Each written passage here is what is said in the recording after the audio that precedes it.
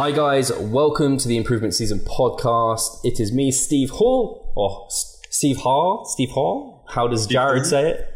Oh, Steve Hall. So yes, I am Steve Hall, and I am here with Pascal Floor.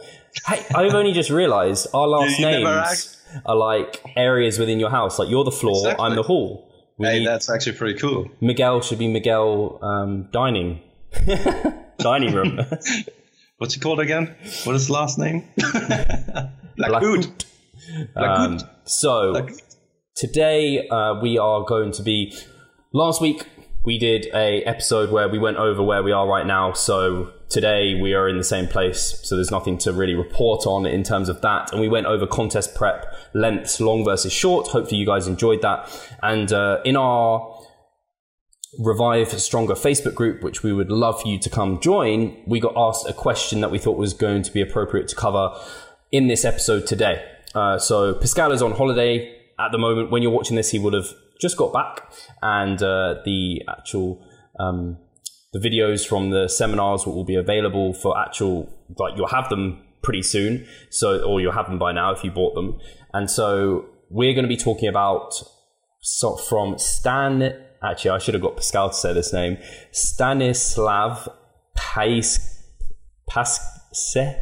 I think I know who it is. Stanislav Paseka. There you go. Paseka.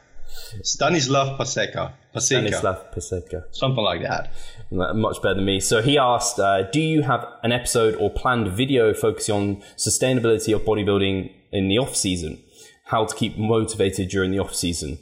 So I thought this would be something great for us to talk about because, well, Pascal's just gone through, well, he's kind of deep into his off-season and kind of thinking about setting up for a contest prep or diet before the diet, as you would have heard about last week.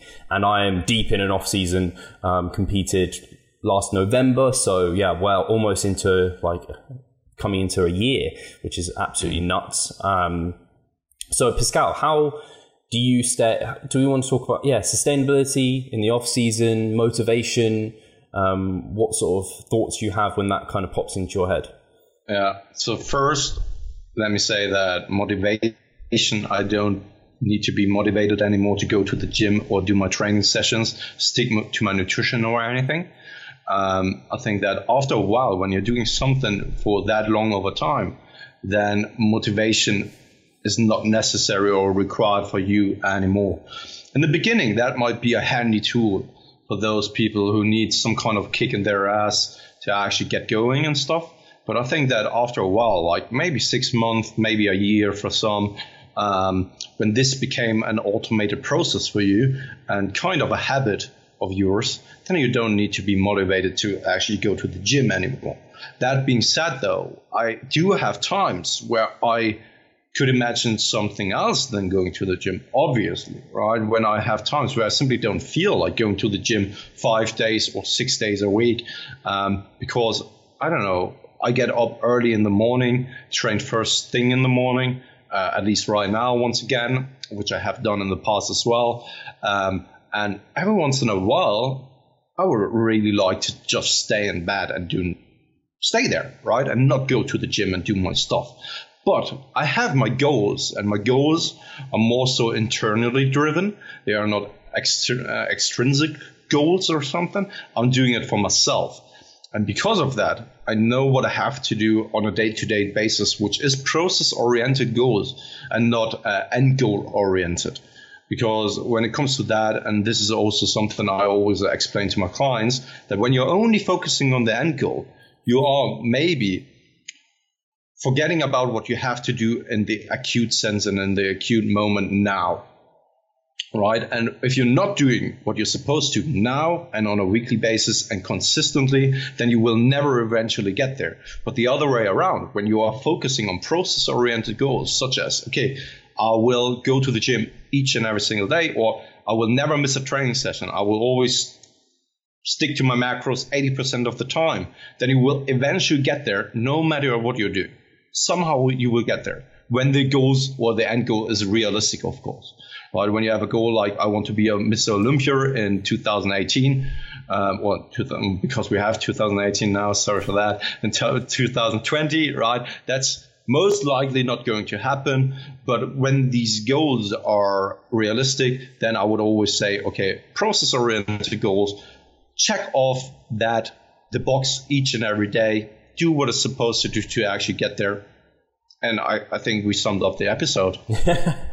And actually, I can sum it up further, because I literally had a client talking about how they felt demotivated for the gym this week. And I was kind of like, but you don't need motivation right now.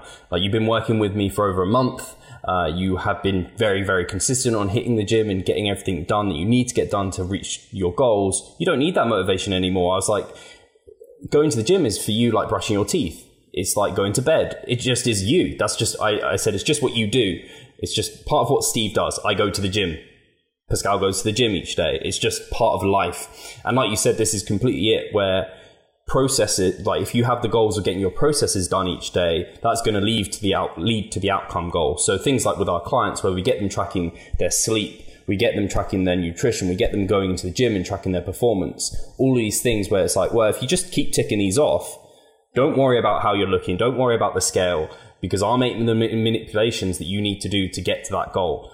And motivation, I think as an analogy, it's like the flame that lit the fire, but the fire just burns because that's a habit that you've now got.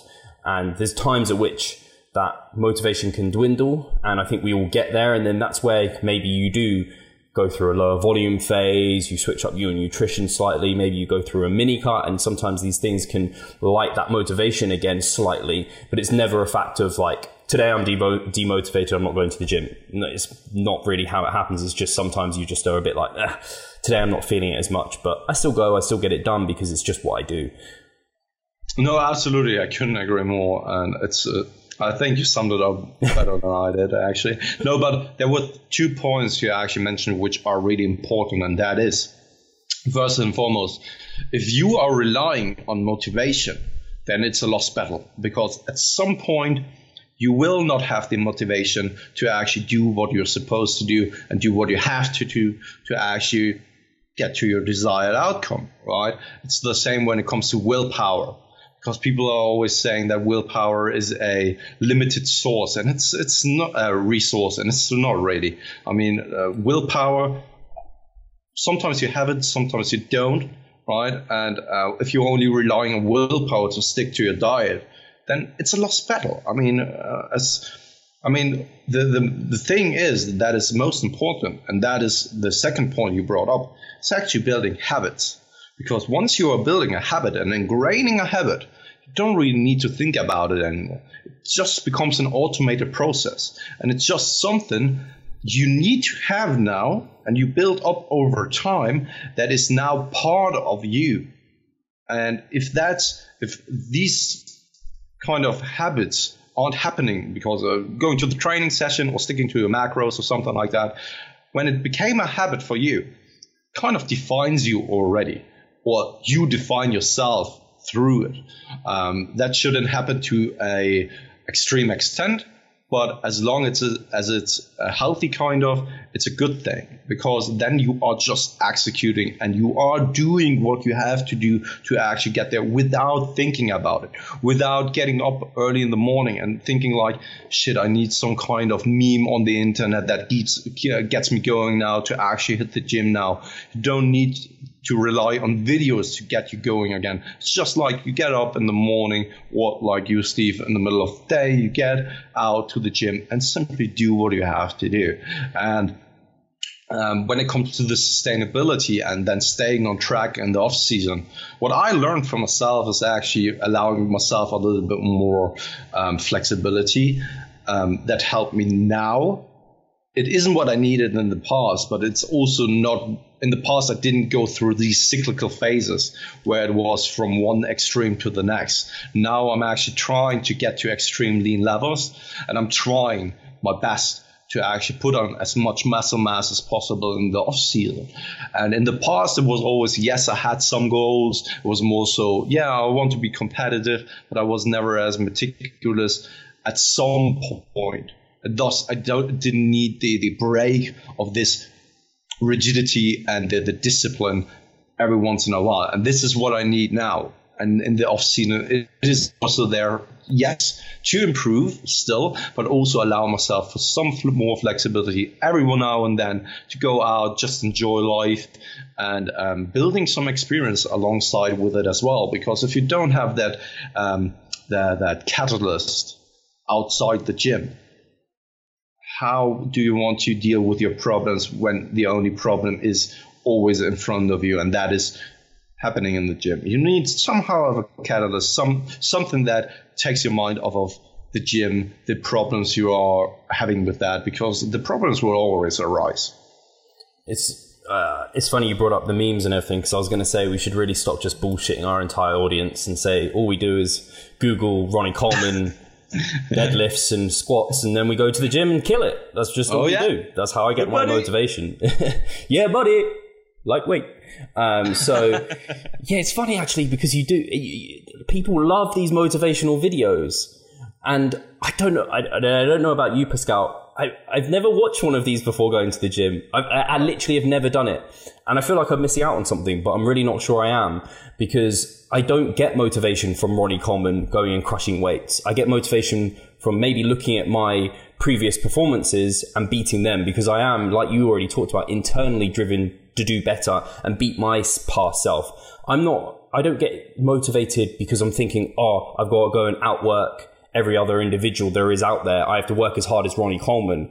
All I'm caring about is, am I bettering myself? Am I working as hard as I can in my given situation? And that's what I want my clients to do, because I think there are people out there that are very much driven by seeing these other bodybuilders doing these massive lifting weights. And whilst I think that's okay, I think at the end of the day, it's going to fail you, because you will never live up to that expectation. It's where comparing yourself to other individuals can be okay, but it is a double-edged sword where it can really bite you in the arse. And I've had my clients where they get very upset about the fact that maybe they're not progressing as well as someone else, or they're not doing this as well as someone else. They don't look like this other person. And it's always about, bodybuilding is a sport of you versus you. Like, to say you get motivated because you want to beat everyone else, I think that is a strange concept to think about when you're thinking about a sport where it depends who turns up on the day and all of these other elements you can't control. And really it comes down to, surely you should just be motivated to be your best version of your best self. And that's what I love about bodybuilding. And I don't like the other side of bodybuilding particularly, because I think it's a bit of an unhealthy view on the sport. But yeah, I just wanted to bring that element up. I don't know if you have any comments on that particular thing. Absolutely, and I had so many thoughts once again. I mean, my mind is a weird place. And that just started once again, but with all the things you've just been saying. So first of all, I've never watched these motivational videos myself as well. It could potentially be that some need that to actually get in the groove, get in the zone. It's the same kind of ritual that some people build for themselves when they are actually getting underneath the bar or something, like shouting, jumping around. Blake Norton style. Slapping them, like something like that. If that's kind of your routine, the structure that gets you in the zone, absolutely fine, right? We're not saying anything against that, but I think when you are purely relying on motivation in that regard, and everything is driven by motivation, then probably at some point you will fall down the wagon and kind of injure or hurt yourself. Let's just say it's like you said, you are always looking up for that one bikini girl. Right? I want to look like that because it comes up so often, unfortunately. Or the CrossFit girls.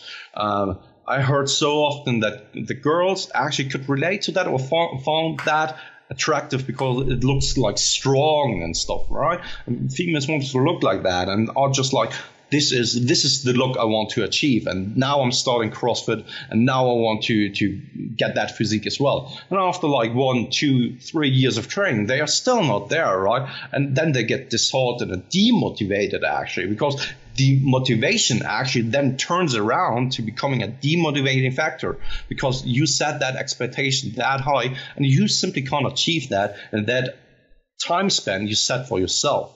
And probably genetically, you might never be able to actually get there, because the people who are always populate are most of the time the genetically blessed. you are never seeing average Joe, or hardly ever at least, right? Because it's not really that entertaining, not sexy. Yes, I'm looking up to these great physiques as well. I like watching Mr. Olympia, watching the freaks on the stage, right? And I'm not just talking about the big bodybuilders or the open class or something, but also men's physique or a classic physique now, because it looks good. It looks amazing what these people are able to achieve with their physique. But I need to also remind myself that this is probably not going to happen for me, not in that lifetime, actually. And while I love the sport in it for itself, I then have to take 1 or 2 steps back and then remind myself why I'm doing it. Is it because I want to look like that, or is it because I do love this sport and I do love challenging myself? And I want to improve myself and see what I'm actually able to transform to, right? And yeah, in that sense, it's just like, I think it's a lost battle you're actually dealing with when you're trying to always then get these kind of, you set the standard for yourself too high. And I don't want to say that you shouldn't set the standard high, because you never know what you're able to achieve. But you might set it too low. Yeah, totally. But also being realistic about some stuff is actually healthy every once in a while as well. But whatever motivates you, cool, yeah. But still look at it with a critical view as well. Yeah, I think it's important, because I look at people like Alberto Nunez, and I look at the conditioning he achieves. I think that's fantastic. And I look at the current through DMJ guy that keeps getting called out as like non-natural, and he won his class recently. Joshua! Is that his name? It's Kenny the Third or something on his Instagram. That's Kenyo. Yeah, that's the one. So like, and I am I'm kind of inspired and kind of motivated and driven by them, but not because of I want to be them. I'm driven because I'm seeing like the sport of natural bodybuilding. I'm seeing these great physiques come through, and I'm seeing like Alberto Nunez is getting great shreds for himself and doing better than previous seasons. And I'm not necessarily like, that's a different way I'm viewing it. I'm not viewing it like that's what I want. I'm viewing it as like he's motivating me to do my best because he's achieving his best. And I think that's kind of a view that would be healthier than maybe some other views that some might drive. And an example many people are aware of or know of, because so many people have seen Pumping Iron, that community. Yeah. That was amazing, right? They were all competitors, but still they were close friends. They build each other up. Kind of the best friends, actually. They joked with each other, they trained with each other, and they pushed each other as well, right? One did make some improvements and the other one to catch up as well, because yes, it is a close friend of mine and I don't want him to get away from me, right? And that is kind of a healthy motivation. If you have someone around you or friends in your environment, doesn't really need to be environment in your real life, could also be social media, right? If you have kind of people you're interacting with and they make strides forward and they make some improvements, that's absolutely amazing. If that motivates you to go into the gym and push harder, perfect. But then you still have to focus on yourself and not these individuals. So yeah, I think totally right. Awesome. No, I think that was really good and you'd already touched on the sustainability aspect, which I really enjoyed, talking about kind of flexibility in your off season, because I think it can be difficult when people, whether or not they're competitors or not, but you sometimes see it. And I certainly was, I seem to have fairly decent transitions out of shows where I can be quite flexible quite soon. Like I'll be happy to eat out and not end up binging. I've never actually binged in my life, and I can do that transition, but it does still take me a while to get away from stuffing my face with like high volume foods and stopping myself doing stupid amounts of like steps and things like this, because I had that ingrained from contest prep. You see people get very rigid and they almost look like they're in a contest prep during their off season, and I think that actually ends up biting themselves in the arse, because there's part of the flexibility that off seasons bring that allow you to be extra rigid during contest prep times. You don't end up frying yourself It reminds me of how I actually ended up thinking I can do bodybuilding because I found Alan Aragon and La McDonald and they were promoting flexible dieting. And I hated it at first, but after I started incorporating, I was like, oh, I can actually have like sushi now and then if I wanted, or I can have like, I don't have to have chicken and broccoli and rice. I can have like, I don't know what it could be, like a tuna sandwich. It was literally just that opened my eyes to, oh, there's so much here and this is sustainable. Whereas I think if you don't have that kind of knowledge that it can be that sustainable, then you're missing out on things. And I recently interviewed Andy Galpin and he kind of talked about something that a lot of listeners will kind of find very scary, and it even scared me a little bit, how flexible he will, not even flexible, he's like, fuck your bodybuilding training, fuck your bodybuilding diet, do something completely different. He was talking extreme, but the point he brought up was like, you think like 2 weeks out of a year, think of that as a percentage wise, what are you missing out? Like, there's fuck all you're missing out on 2 weeks out of a year. So having that perspective and things is so powerful. And whilst I'm not saying in your off seasons you should just be really loose and just get really fat and do a Folk, no. That's completely not it. But you should be as strict as what the phase that you're in requires. And I think some people are ending up being too strict in their off seasons, and some people are too loose in their off seasons, and both are not a good situation to be in. So for myself, to keep it sustainable, I just adjust, like we've talked about, that flexibility scale, and it's not an on and off switch, it's a dimmer switch. I let myself be more and more flexible as I get to periods in which it's more appropriate. So going through like a primer phase, that's when I know my nutrition can be really flexible. That's when I know my training, I can reduce the amount of time that I spend in the gym, and it actually psychologically wakes me up going forward and physiologically provides me loads of benefits. And then mini cuts is like, okay, that gives me another like boost, because I'm seeing lots of gains that I've made in my off season, and it's kind of making me very kind of, it purposely sets you up for like a binge and a purge afterwards to push and potentiate your further mass gains. So something that's definitely helped me sustainability wise, you kind of touched on it, Pascal, is having actually a periodized plan in my off season, rather than just being like, off season is just trickling up my body weight and training and trying to see progress, and like contest prep is just dieting and just trickling along with training. It's like, actually, no, I have like a planned like mesocycle 1, 2, 3, then I have like a primer phase, I have a cut, I have this, it's all planned out and periodized. And having that vision and that plan to follow made me better at, like, when you've got a plan to follow, then you're great. But if you don't plan, then you plan to fail. Man, so much valuable stuff there, and I really do hope that people also understand what you're saying there. That when it comes to something like a primer phase, even that you might not want to do it, maybe it is beneficial in the long run, simply because it gets you motivated again, or ignites that fire again, or something like that. So what I took away from that is that try to find a solution for you. Don't just get rid of anything, what you've been doing in the past, or just stop all along, or anything like that, because there are people out there who do that, especially after contest prep, where they are just like, that wasn't for me. I'm stopping bodybuilding all along now. That doesn't have to be like that, right? And if you feel demotivated, find a way to actually enjoy training again, or enjoy the nutritional aspect again. And sometimes that means to pull back on certain things, maybe allow yourself some more flexibility. Just to give an example, instead of always tracking your macros meticulously, either give yourself a macro range, or just track protein, for example. Give yourself a minimum amount of intake and track your overall calories, maybe. And when it comes to the training aspect, you don't have to train like 6 days a week, right? If you feel like that this is kind of a hassle right now, drop down the frequency, drop it to 5 days, maybe even just 4 days, right? And put in the most amount of quality amount of work in that given session then, and you will still probably progress.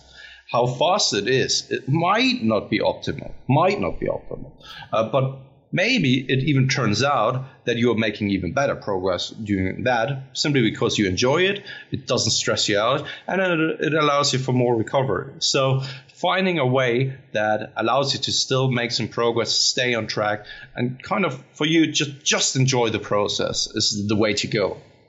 Yeah, I mean, that enjoyment factor that you touched on is gold, really, because that is the underpinning principle of seeing sustainability, is adhering to something. So if you give yourself something on paper that isn't going to be, like they say, the best diet is the one you can stick to, which I think is in many ways a great view. And the same with training, the best training plan is the one you can stick to, assuming they kind of hit the principles that you want to be happening. That's completely true. So if, whilst you might be looking at a training plan that supposedly is completely optimal on paper, if you know that a few weeks down the line you're going to want to change things up and switch up, then it probably isn't the one for you. And you want to find a nutrition and a training approach that you can adhere to, that you enjoy, and that is trackable and progressible. And if you do all of those things, then you're setting yourself up really, really well. It doesn't matter if you're following a muscle and strength pyramid template, or you're following an RP diet plan, or you've got a coach, or you train yourself, or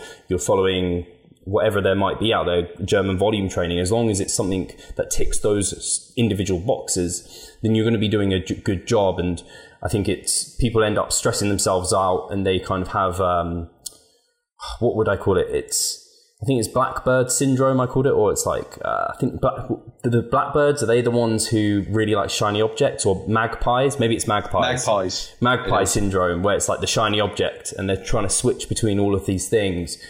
And it's about adhering to what you're doing and then adjusting as you go along and having that plan. I would like to add something to that, because maybe it sounds a little bit confusing for the people what I just said, because in the beginning I said that every once in a while I have certain periods of time where I simply don't enjoy getting out of my bed and going to the training session. And now I said, okay, find something that you enjoy and that allows you to stick to the program. That doesn't mean that I'm just pushing through a wall and I'm just being stubborn about things. Because when I'm really sitting down, I really think about it, I'm still enjoying the overall process. It might not be that the process I'm currently in is not the coolest thing, because I could always imagine doing other things as well, right? I mean, most people are just lazy bastards. And if we had the opportunity to choose between things, like saying the analogy of, I could either choose of being rich or being fucking poor. What would I choose? Of course, being rich, right? And the same goes with having food. What would I rather choose if calories didn't matter? Veggies or a pizza? Of course, a pizza, right? And the same applies to that, but the overall goal still stays the same. I'm still on track. I'm still in the same mentality about training and my overall goals. While I'm not always being like super hyped about the training, when I really think about it, I still love the process in it for itself, right? It's the same also when it comes to your job. Sometimes you get up, you go to work, and you really wouldn't like to go to work, but overall you might love your job and actually you do enjoy it, right? But not every day. So that's just something I wanted to clarify. Yeah, sometimes you simply have to kind of suck it up and keep the overall goal the goal.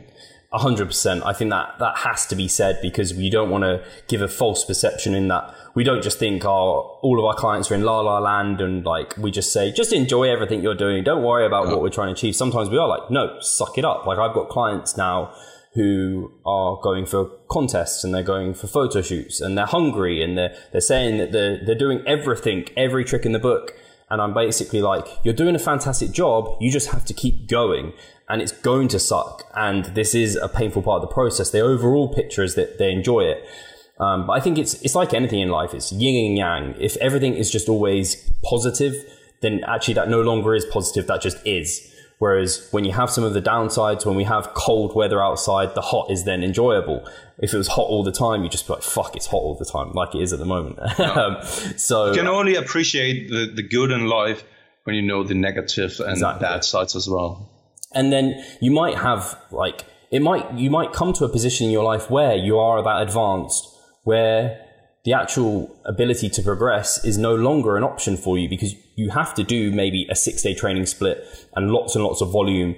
And you don't have the ability to do that because maybe you have kids, you have a full-on job, and you just have to then, to make that sustainable, you do maybe a maintenance period, and then you attack the gym when you have the time. And it's having those tools and maybe even a coach that can help you through that, because I think a lot of people end up kind of giving up when they have there's so much you can play with outside of the gym.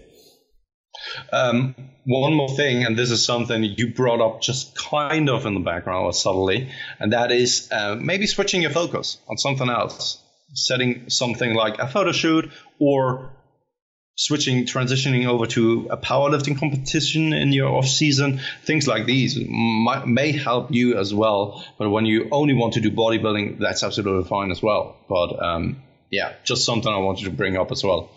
It's interesting. The only final point I really have is Nicholas.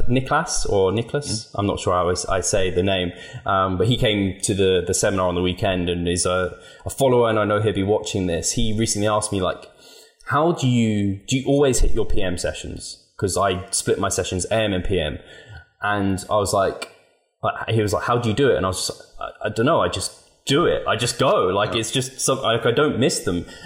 But there are times in which I'm really like, fuck, I don't want to do any more calves. I do not want to do any more abs. And I really, like, they suck to train. But I'm like, if I want to be better, I know I have to.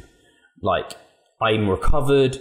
Training's like, I have to do it. If I want to be better, if I want to be the best me, I need to do it. And if I don't do it, am I satisfied with myself? No, I'm not, because that's just who I am. If I know I've missed some abs and calves from a day, like, that will beat me up. I just know it will. And that's just who I am. But some people will be fine with that. And I think it depends on the individual. But yeah, it was funny. He asked me and I was just like, I've just never missed it. I hate it sometimes, but I want them to improve. I want to step on stage and people will be like, well, your calves and abs have improved, man. I don't know who said it, actually, because it's like exactly what you said. When people came to him, I don't know where it was. Maybe some kind of champion of some kind of sport. When people asked him, how are you doing that? How are you constantly going there and motivating yourself and stuff? I don't know. I just do it. I don't really think about it. There's no question whether or not I'm doing it. It's just I am doing it, no matter what, right? And this is something I think that you simply have to have. I think you can't really learn that, because this comes from a background of more so passion. That when you do love something, then you're not questioning it. You're simply doing that, right? And when it's really a struggle and a hassle each and every single day, then of course you are thinking about it negatively. You are thinking of ways to make it a little bit better for you, a little bit more sustainable. I brought up the example of a job. When you really hate your job, for all the people who can relate to that, it is one of the worst feelings, at least I have ever felt. Because each and every single day, it was like, fuck, what am I doing here? I'm wasting hours of my life, and this is what I have to do to actually make money.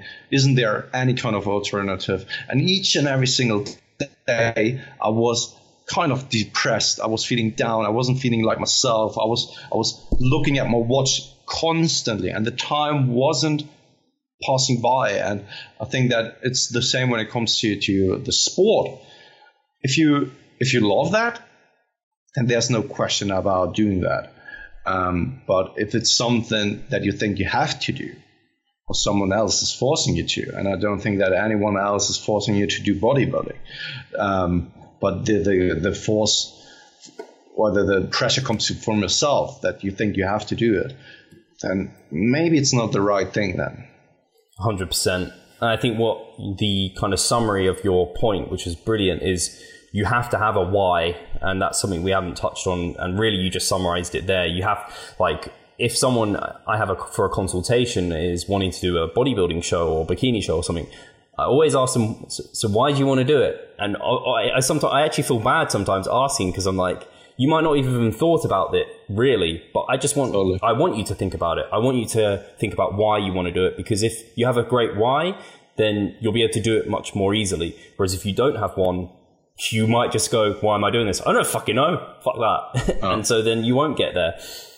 It's absolutely mandatory that you have to be honest with yourself, because you're just kind of cheating yourself or fooling yourself if you kind of lie to yourself, and basically that won't make you happy. That won't get you to a place of satisfaction. Actually, it could only make matters worse. Totally. And I think that's probably a good place to wrap it up.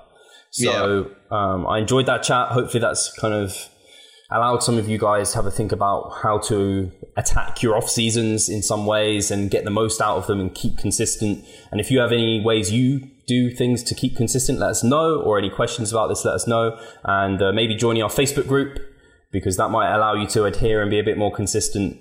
Please do join that. That's always linked in the description box below. Otherwise, it's been good chatting, and we'll catch you soon. Catch you soon.